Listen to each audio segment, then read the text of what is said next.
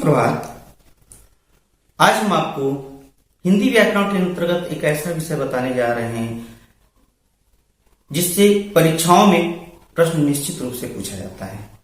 वो विषय है समास। तो आइए जानें। समास का शाब्दिक अर्थ होता है संक्षेप, अर्थात कम से कम शब्दों में अधिक से अधिक अर्थ प्रकट करना, ये समास कहलाता है। तो मुख्य रूप से जो समास की परिभाषा दी गई है वो देखिए क्या है।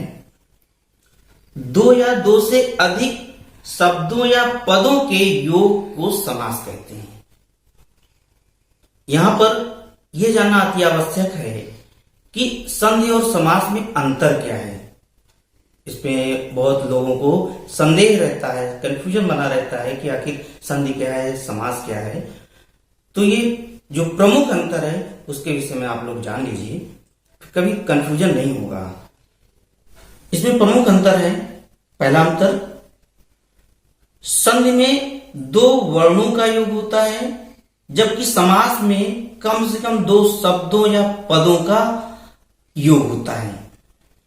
दूसरा अंतर है, संधि वाले शब्द को अलग करना विच्छेद कहलाता है, अर्थात संधि विच्छेद बोलते हैं, जबकि समास वाले शब्दों को अलग करना विग्रह कहलाता है, अर्थात समास विग्रह कहते हैं। तो अब आइए जाने। प्रश्न जो पूछा जाता है, समास के कितने भेद हैं? तो मुख्य रूप से समास के 4 भेद हैं। इसमें भी कहीं कहीं आपको 6 मिलता है, कुछ विद्वान उसको 6 मानते हैं, लेकिन मुख्य रूप से 4 ही हैं। जो 2 हैं अन्य वो उपभेद माने गए हैं।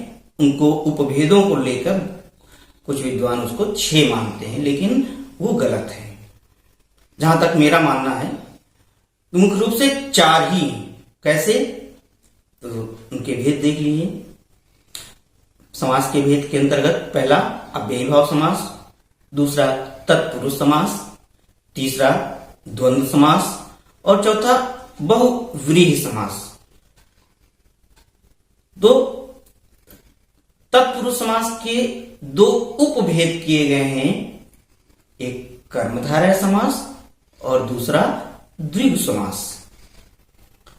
तो इन दोनों को लेकर जो उपभेद है, इन दोनों को मिलाकर लोग उसको 6 मानते हैं, जबकि ऐसा नहीं है, वो उपभेद के अंतर्गत आते हैं। तो जब भी परीक्षाओं में पूछा जाए समास के कितने भेद हैं, तो 4 ही आपको बताना होगा। आइए आज हम आपको अव्ययीभाव समास के विषय में बताने जा रहे हैं। तो देखिए परिभाषा, जिस समास का प्रथम पद अव्यय हो और वही प्रधान हो तथा द्वितीय पद संज्ञा हो, उसे अव्ययीभाव समास कहते हैं। अब प्रश्न आपके दिमाग में उत्पन्न हुआ होगा कि अव्यय क्या है? अव्यय का अर्थ होता है जो व्यय ना हो, अर्थात जिसे हम खर्च ना करें। व्यय मीन्स खर्च, जो खर्च ना हो किसी भी रूप में, लिंग, वचन, पुरुष, कारक, इन सब के कारण उसमें कोई विकार उत्पन्न ना हो, तो ऐसे अविकारी शब्द को हम अव्यय कहते हैं।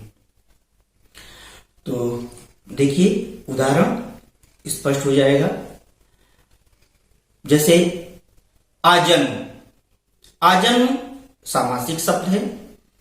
इसमें जो आ लगा हुआ है ये अव्यय है और यही प्रथम पद है।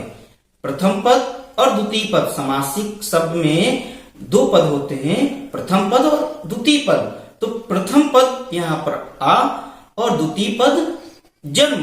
तो आजन्म का समास विग्रह जब करेंगे तो विग्रह होगा जन्म पर्यंत। दूसरा उदाहरण देखिए, आमरण। यहां भी देखिए आ आया, आजन्म में भी आ था और आमरण में भी आ प्रथम पद में लगा हुआ है।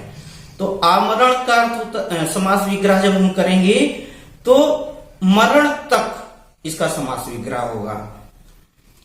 तो इसी तरह से अव्यय जो प्रथम पद होगा वो अव्यय। तो जब दिमाग में ये बैठा लीजिए कि जब प्रथम पद अव्यय कहीं लगा हो जिस सामासिक शब्द में, वो अव्ययी भाव समास के अंतर्गत आ जाता है। और उदाहरण देखिए, स्पष्ट हो जाएगा। यथाशक्ति, तो शक्ति के अनुसार इसका समास विग्रह होगा, शक्ति के अनुसार। यथा रुचि, रुचि के अनुसार। यथा कर्म, कर्म के अनुसार। यथा विधि, विधि के अनुसार। इसी प्रकार से यथा समय, समय के अनुसार। तो इसमें सब उदाहरणों में आप देख रहे होंगे कि यथा यथा यथा लगा हुआ है। आ ऊपर जो उदाहरण हमने बताए आ लगा हुआ है। तो ये या, आ और यथा, ये सब क्या है? अव्यय है। कहीं भी लगा दीजिए, किसी भी शब्द के साथ लगा देंगे, उसके रूप में कोई परिवर्तन नहीं होता है, बल्कि उसकी महत्ता बढ़ जाती है। तो प्रथम पद प्रधान है। अव्ययी भाव समास के अंतर्गत प्रथम पद प्रधान होता है और वही अव्यय होता है। उदाहरणों से आपको स्पष्ट हो रहा होगा। अगला उदाहरण देख लीजिए आप। प्रत्येक, प्रत्येक का समास विग्रह होगा एक, एक के प्रति। इसी तरह से प्रत्यक्ष, अक्ष के प्रति। अक्ष मीन्स आंख होता है, तो प्रत्यक्ष का अर्थ होगा आंखों के सामने। तो यहां पर प्रति, प्रत्येक में भी प्रति लगा हुआ है और प्रत्यक्ष में भी प्रति लगा हुआ है। इसी तरह से प्रतिदिन, दिन दिन इसका समास विग्रह होगा, तो यहां भी प्रति लगा हुआ है। तो इस तरह से ये क्या है? अव्यय। तो ऐसे शब्द अव्ययी भाव समास के अंतर्गत आते हैं। और उदाहरण देख लीजिए, आपको स्पष्ट हो जाएगा। भरपेट, भरपेट का समास विग्रह होगा पेट भर। व्यर्थ, व्यर्थ का समास विग्रह होगा बिना अर्थ का। बेकाम, बिना काम का। बेशर्म का समास विग्रह होगा बिना शर्म का या बिना शर्म के।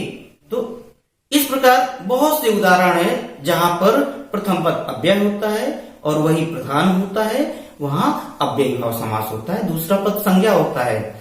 इतना आपको दिमाग में बैठाना होगा, याद रखना होगा। और मुझे लगता है कि आपको समझ में भी आया होगा। और इसके अतिरिक्त द्विरुक्त वाले शब्द प्रायः अव्ययी भाव समास के अंतर्गत आते हैं, उनको भी आप जान लीजिए। जैसे गली गली, दिनों दिन, पल पल, क्षण क्षण, इस तरह के बहुत से शब्द हैं जो द्विरुक्त वाले शब्द हैं, वो भी अव्ययी भाव समास के अंतर्गत आते हैं। अब इस प्रकार से यदि वीडियो आपको समझ में आया हो, पसंद आया हो, तो आप हमारे वीडियो को निरंतर देखते रहिए। शेष समास के विषय में अगले वीडियो में बताएंगे। और लाइक, शेयर, कमेंट और सब्सक्राइब करना मत भूलिए। धन्यवाद।